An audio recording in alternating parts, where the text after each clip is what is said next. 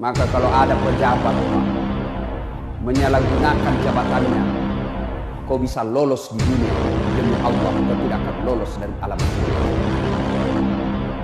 Kau polisi, tentara, pegawai negeri, aparat, kau hianati rakyat, kau bisa lolos dari dunia, kau bisa mempermainkan hukum, tapi demi Allah sakaratul maut menunggumu. Dan begitu kau masuk di alam kubur, tidak ada satupun pasukan yang bisa membelamu kecuali amal kebaikan. Berapa banyak pejabat-pejabat yang hebat dulu, yang jago dulu, kekuasaannya tak terbatas. Begitu kau masuk di alam kubur, tidak ada arti semua jabatan dan pangkatmu kecuali amalmu.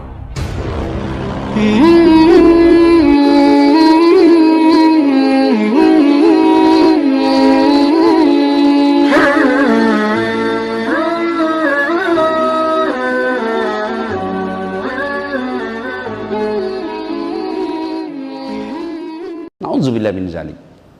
Kejar. Kau melanggar. Kau tidak lihat ini rambu-rambu. Saya lihat Pak. Kenapa kau langgar? Saya tidak lihat Bapak. Kenapa kau tidak lihat saya? Bapak sembunyi di tikungan. Ini polisi zaman jahiliyah. Maka ulang tahun Polantas yang ke-64 nanti tidak ada lagi polisi lalu lintas seperti itu, insya Allah. Karena polisi lalu lintas ini adalah garda terdepan untuk membentuk citra polisi di depan masyarakat. Uang 50.000 satu kali makan coto habis, tapi kesannya sampai mati dia ingat orang bahwa itu polisi begitu. Padahal masih banyak polisi yang lebih baik daripada itu, yang seperti itu, insya Allah.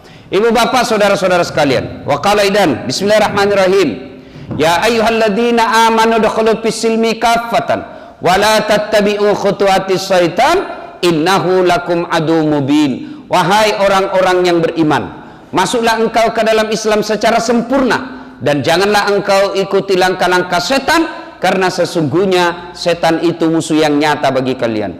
Musuh kalian bukan polisi, musuh kalian bukan ulama. Maka saya bilang di mana-mana, setiap saya awal ceramah, saya selalu bilang saja jamaah saya, jangan kau musuhi polisi. Motormu hilang, rumahmu dirampok, anakmu diperkosa, sawahmu diperserobot, siapa kau cari? Penghafal Quran? Siapa kau cari? Polisi. Saya pergi ceramah, macet, tidak bisa jalan mobilku, tidak bisa mundur, tidak bisa maju. Saya baca Yasin 2 kali hatam, tidak goyang-goyang mobil. Begitu datang polisi lintas, lewat ustaz, selesai. Maka saya bilang sama jamaah, jangan kau musuhi polisi. Maka saya kadang-kala juga dibully sama teman-teman mubalik. Ini ustaz suka sama-sama polisi. Saya bilang, apa masalahnya? Saya dihajikan pertama sama polisi. Saya selalu diundang ceramah polisi. Kalau kita tidak datangi polisi ceramah, bagaimana bicaranya? Polisi juga butuh dakwah, karena polisi inilah yang paling sering bersentuhan dengan masalah dalam kehidupan masyarakat. Coba ini polisi kodong, susahnya hidupnya, di jalan terancam corona. Kalau kita masyarakat sipil dianjurkan tidak keluar, mana polisi disuruh di rumah saja? Kalau polisi di rumah siapa saja, siapa yang jaga ustadz, siapa yang jaga kita? Maka polisi harus kita berikan dakwah. Coba ini polisi kasihan, pergi warung kopi, mau rumah duduk, nacibiri misalnya, batu misalnya, matu misalnya, ada lagi mau ditraktir. Padahal orang cari informasi. Maka saya bilang sama teman-teman mau balik, jangan musuh polisi bos. Kalau polisi kita musuhin, tidak jalan dakwah. Polisi juga jangan musuh ulama, karena kalau mati ki, siapa doakan ki? Jangan ketawa, serius kayak ini. Ayo, Bapak kalau mati kira-kira siapa yang datang bacakan Ki Yasin? Kapolres. Ya, pasti siapa datang ki? Kafani kita ya ulama. Maka kita harus saling bersinergi, saling menjaga, saling mengingatkan, saling melindungi. Karena ada juga, tidak semua juga penceramah itu bagus, ada juga yang nyeser-nyeser sedikit. Maka kita harus saling mendakwai, saling menasehati. Ya, kalau seperti ini, kita ceramah seperti ini, jangan pikir tidak ada setan di tengah-tengah kita. Ada setan di tengah-tengah kita. Bentuknya bukan pocong, bukan uka-uka. Apa setan yang ada di tengah-tengah kita? Bentuknya handphone. Orang sudah ceramah masih menggesek. Setan itu Pak mengalihkan perhatian. Maka kita simpan dulu HP. Tidak usah rekam coko-coko. Saya biasa tidak mau kalau ada rekaman secara langsung. Kenapa? Ini ceramah untuk kita orang Islam. Kalau Bapak secara langsung, nanti ada ceramah tema saya, pembahasan saya yang tidak sesuai dengan agama lain sehingga tersinggung. Ya, maka saya itu edit dulu. Kalau Bapak mau lihat ceramah ini hasilnya nanti, ada. Caranya gimana Ustadz? Buka YouTube, cari channel saya, sudah nonton jangan lupa like and share. Ya, nah, sudah itu kalau Bapak nonton ada iklan jangan skip. Kalau Bapak skip, saya tidak dapat maju. Kalau Bapak nonton dulu iklannya 30 detik, 1 menit, macam kok. Ada Tommy bagianku di situ saya dapat, kasihan. Kalau Bapak nonton itu iklan ya. Jangan ketawa, saya serius ini Pak. Jadi kalau Bapak polisi nonton ceramah saya, jangan langsung di skip itu iklan. Kayak itu Tommy kita didapat, Bos. Ya. Nah, nanti Bapak saya larang untuk ceramah secara langsung, nanti ada keseleo. Seperti guru kita Ustadz Abdul Somad, kan ditanya dalam secara langsung, Pak Ustadz bagaimana hukumnya main catur? Beliau jelaskan haram apabila azan berkomandan kalian masih main catur, tapi dipotong itu azannya. Akhirnya marah seluruh pemain catur dari Sabang sampai Merauke. Saya juga ditanya, Ustadz bagaimana hukumnya main catur? Haram. Kenapa bisa? Karena kau bunuh Perdana Menteri sama Raja. Kan tidak bisa menambah kalau tidak bunuh hati Perdana Menteri. Bapak Ibu saudara-saudara sekalian, wa qalaidan bismillahirrahmanirrahim. Innallaha wa malaikatahu yusalluna 'alan nabi. Ya ayyuhalladzina amanu sallu 'alaihi wa sallimu taslima. Sesungguhnya Allah dan para malaikatnya, subhanallah, Allah dan para malaikatnya bersalawat kepada Rasulullah Muhammad sallallahu alaihi wasallam, maka wahai orang-orang yang beriman, bersalawatlah kalian kepada Rasulullah dengan sebaik-baik salawat. Allahumma salli ala Sayyidina Muhammad wa ala ali Sayyidina Muhammad. Ibu bapak saudara-saudara sekalian teristimewa yang kita hormati, Bapak Kapolda beserta Wakapolda dan pejabat utama yang hadir, yang insya Allah dimuliakan dan dirahmati oleh Allah Subhanahu wa Ta'ala. Ketika usia Rasulullah lahir sampai 40 tahun, seluruh penduduk Mekah mencintai beliau. Saya ulang, usia beliau lahir sampai 40 tahun, Muhammad sangat disayangi oleh orang-orang Mekah. Bahkan beliau diberi gelar oleh orang Mekah Al-Amin, yang terpercaya. Ketika usia 36 tahun, penduduk Mekah berselisih. Apa perselisihannya? Dibongkar itu batu Hajar Aswad yang ada di Ka'bah. Setelah dibongkar, mau ditempel kembali itu batu. Berselisih orang Mekah. Bani Hasim beda. Jadi suku-suku yang ada di Mekah itu berkata kami lebih berhak. Bani Adi berkata kami lebih berhak. Kira-kira kalau di Sulawesi orang Bugis bilang kami lebih berhak, orang Makassar bilang kami lebih berhak, orang Mandar bilang kami lebih berhak, orang Toraja bilang kami lebih berhak. Bertengkar berhari-hari, tidak ada penyelesaian. Akhirnya rapat memutuskan, pimpinan rapat, saudara-saudara sekalian, daripada ribut begini saja, kita lihat besok pagi siapa yang lewat di pintu itu. Kira-kira kalau sekarang pintu ini ya, siapa yang duluan besok dilihat dah masuk, diam kita tunjuk siapa nak tunjuk dari 4 ini suku. Setuju? Setuju. Besok ditunggu. Tunggu punya tunggu. Wah, ternyata Muhammad Al-Amin yang lewat. Cocok mi. Ini mi orang paling dipercaya di Mekah. Usia 36 tahun. Muhammad, siapa kau tunjuk dari 4 kepala suku ini? Dia bilang begini, kau percaya saya? Iya, baiklah kalau begitu. Nabi buka serbannya. Lalu beliau hamparkan di tanah. Berapa sudutnya serban, Pak? Berapa? 4. Berapa suku yang bertengkar? 4. Nabi begini, bos, daripada kau ribut terus, kau pegang masing-masing sudutnya ini kepala suku. Kau. Sudah. Sudah itu, daripada kau ribut, saya mau yang pegang ini batu lah, kasih naik di serban. Sudah itu, angkat maki sama-sama. Setuju? Setuju. Sudah. Daripada kau ribut semua, kau pegang masing-masing di batu, kita letakkan sama-sama. Setuju? Setuju. Selesai masalah. Hikmah pertama tahun baru Hijriah ini, bapak-bapak polisi harus menjadi polisi yang cerdas. Tahun baru Hijriah ini, bapak kalau mau naik pangkat tidak usah cari siapa yang didekati. Bapak kalau mau menjadi Kapolres, Kombes dan lain sebagainya, tidak usah cari peluncur, nanti salah luncuran. Lalu bagaimana? Isi saja otak kita. Belajar, Pak. Bapak ini semua punya peluang untuk jadi polsek, untuk jadi Kapolres, untuk jadi Kapolda, untuk menjadi dir, semua punya peluang. Kenapa? Memang Bapak polisi. Bapak polisi punya peluang jadi Kapolsek, punya peluang untuk dirlantas, punya peluang untuk di narkoba. Kenapa? Bapak polisi memang punya peluang. Yang tidak punya peluang, Dasat Latif jadi Kapolres. Bagaimana ceritanya? Polisi Kostas. Berarti yang pertama tahun baru Hijriah ini tuntut ilmu pengetahuan, belajar. Ali bin Abi Thalib pernah ditanya, ya Ali, kalau kau disodorkan antara harta dengan ilmu, pilih mana? Bapak-bapak kalau Kapolda suruh pilih ki, anggota pilih iPhone 11 Plus atau kitab Durratun Nasihin, pilih mana? Kitab dengan handphone, pilih mana? Kitab. Pencitraan. Pasti kita pilih handphone. Ali bin Abi Thalib ditanya, Ali kalau kau disuruh kitab dengan ilmu, kitab dengan harta, pilih mana? Dia bilang, saya pilih harta. Kenapa Ali? Ada 3 kelebihan harta dibanding ilmu. 1, harta kau yang jaga, ilmu dia yang jaga kau. Contoh, ada wantak 5 juta, kasih masuk belek-belek. Itu belek-belek digembok. 1 mi gembok nah. Kasih masuk lemari, gembok lagi, 2 mi gembok nah. Kasih masuk kamar, gembok lagi, 3 gembok nah.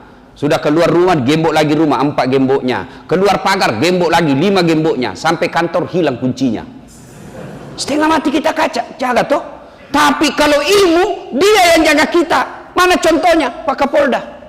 Jadi Kapolda, dijaga Pak. Rumah, ada yang jaga. Jalan kemana, dijaga Pak. Kenapa? Karena jadi Kapolda. Kenapa jadi Kapolda? Karena cerdas. Tidak mungkin Kapolda kalau beleng-beleng. Jelas toh? Tidak mungkin bos. Iya kan? Maka hikmah pertama, jadilah penuntut ilmu. Yang kedua kata Ali, kenapa saya pilih harta? Dengan harta belum tentu kau dapat ilmu, tapi dengan ilmu kau bisa dapat harta. Ada dulu di kampungku Pak kaya, juragan tambak, banyak sekali tambaknya, tapi tidak tahu membaca. Setengah mati diajar membaca, tidak tahu. Akhirnya dipaksa, pintar dikasih anak eja-eja sedikit. Sampailah ke Makassar. Begitu sampai di Makassar, dibawa makan, ditraktir sama cucunya. Sudah makan, magembok, manya-manya memoga, bahasa Bugis. Gimana? Enak je, dia bilang, wush, enak semua itu makanan tadi. Satu je tidak kusuka nak. Mana batena wumak dek namilok tama. Kutelan tidak mau masuk nak. Yang mana? Itu yang tipis putih. Ternyata tisu Pak. Dia lihat orang sudah makan, dia duduk balik, kira itu konsumsi Pak. Coba, banyak duitnya. Sebaliknya, dengan ilmu bisa dapat harta. Mana contohnya? Nakeh. Orang pusing Pak, mau kemana-mana tiket mahal. Saya bilang, saya tidak pernah pusing soal tiket. Kenapa? Bukan saya beli. Siapa yang beli? Yang undang. Ayo, hebatnya lagi, pergi tidak bawa uang, pulang bawa uang bos. Berapa dibawa? Tergantung yang undang Pak. Kalau yang sekek ngundang kita ya sedikit lagi didapat Pak. Ya ketawa serius kayak ini bos. Masya Allah. Cocok gitu? Nah, maka hikmah pertama tahun baru Pak, belajar. Yang ketiga, Ali lagi ditanya, apa kelebihan ilmu? Harta kau kasih orang berkurangi, ilmu kasih orang tambah. Saya punya uang 5 juta, saya kasih anak mahasiswaku 2 juta, kurangi pasti, tinggal mami 3 juta nilainya. Tapi kalau ilmu, saya tahu Al-Fatihah, saya ajarkan ke anak santri saya, ilmu saya bertambah. Tidak mungkin begitu nah hafal Al-Fatihah, mana Al-Fatihah aku saya, mana tidak mungkin. Maka belajar. Bapak-bapak polisi, polisi yang malas yang tidak mau belajar sekarang. Ayo, bapak mau tanya masalah apa? Ada Om Google. Ada semua itu di Google Pak. Searching saja, cari masalah apa.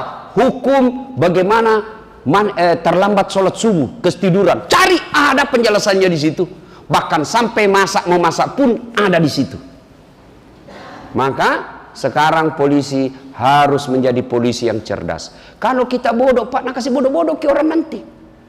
Tapi kalau kita cerdas, orang bagaimanapun mau menghadapi kita, kalau otak kita lengkap pengetahuannya, mereka akan kagum dan tidak akan berani meremehkan kita.